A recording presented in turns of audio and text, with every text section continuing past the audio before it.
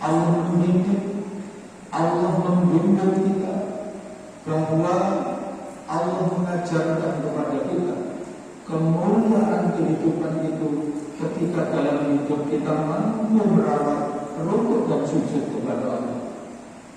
Di surat kedua, surat Al-Baqarah 144 itu Allah tetapkan kiblat sholat kita. Setelah beberapa bulan ketika di Madinah, Nabi ketika menjalankan sholat berkiblat ke Baitul Maqdis di Palestina, maka sejak tahun kedua Hijriah, tepatnya pada pertengahan bulan Rajab, Allah tetapkan kiblat sholat kita kembali ke Ka'bah. Allah mau mendidik dan mengajarkan kepada kita, sholat inilah kiblat kehidupan kita. Sholat inilah yang menentukan kualitas keimanan kita.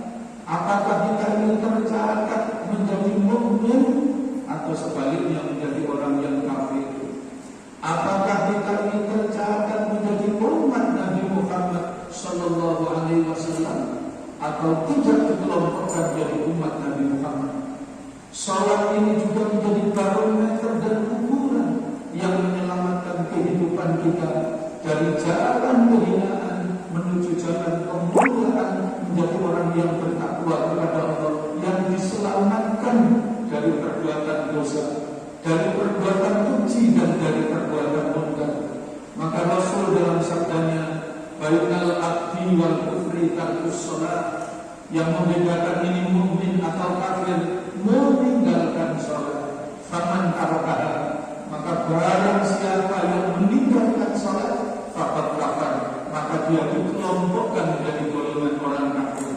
Di Al-Quran surat ke-48, surat Al-Fat ayat yang ke-29, Muhammadur Rasulullah walladzina ma'ahu asyidda'u 'alal kufar ruhamaa'u bainahum tarahum ruk'an sujada yaqra'una fadlan minallahi wa ridwana simahum fi wujuhihim min asari sujud. Ciri dari umat Nabi Muhammad adalah ruk'an sujada, rukuk dan sujud kepada Allah, menegakkan sholat, dan sholatnya tidak hanya di atas sehelai kain sajadah, tapi di sajadah panjang kehidupan. Tentu berbeda orang yang rukuk dan sujud kepada Allah dengan orang yang tidak rukuk dan sujud kepada Allah. Karena itu para jamaah rahimahumullah, membiasakan dan mewariskan kepada anak dan keturunan kita untuk rukuk dan sujud kepada Allah. Panjenengan bisa pirsani di Quran surat ke-20, surat Toha, ayatnya ayat 132. Wa'mur ahlaka bis-shalah fastabir 'alaiha la nas'aluka rizqa nahnu narzuquka wal 'aqibatu lit-taqwa.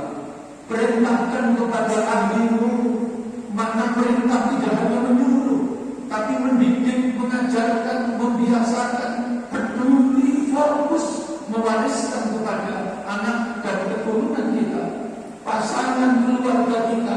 Untuk apa? Untuk beribadah kepada Allah, untuk rukuk dan sujud kepada Allah dengan penuh kesabaran. Fastabir 'alaiha. Ayat ini Allah ingatkan, la nas'aluka rizqa. Aku tidak minta sholatmu, aku tidak butuh sholatmu. Jika engkau tidak sholat, satu keluargamu tidak ada yang sholat, sekampung tidak ada yang sholat, senegeri tidak ada yang rukuk dan sujud kepada Allah, tidak mengurangi sedikit pun kekuasaanmu. La nas'aluka rizqa. Aku tidak minta apapun darimu. Nahnu narzuquka. Aku Allah yang mencukupi hidup dan kehidupanmu. Yang menarik para jamaah rahimahumullah, ayat ini ditutup dengan pernyataan wal akibatul littaqwa. Kebahagiaan, kegembiraan itu akan diberikan oleh Allah bagi siapa? Orang yang memilih hidup dalam kemuliaan, yaitu orang yang bertakwa kepada Allah. Inilah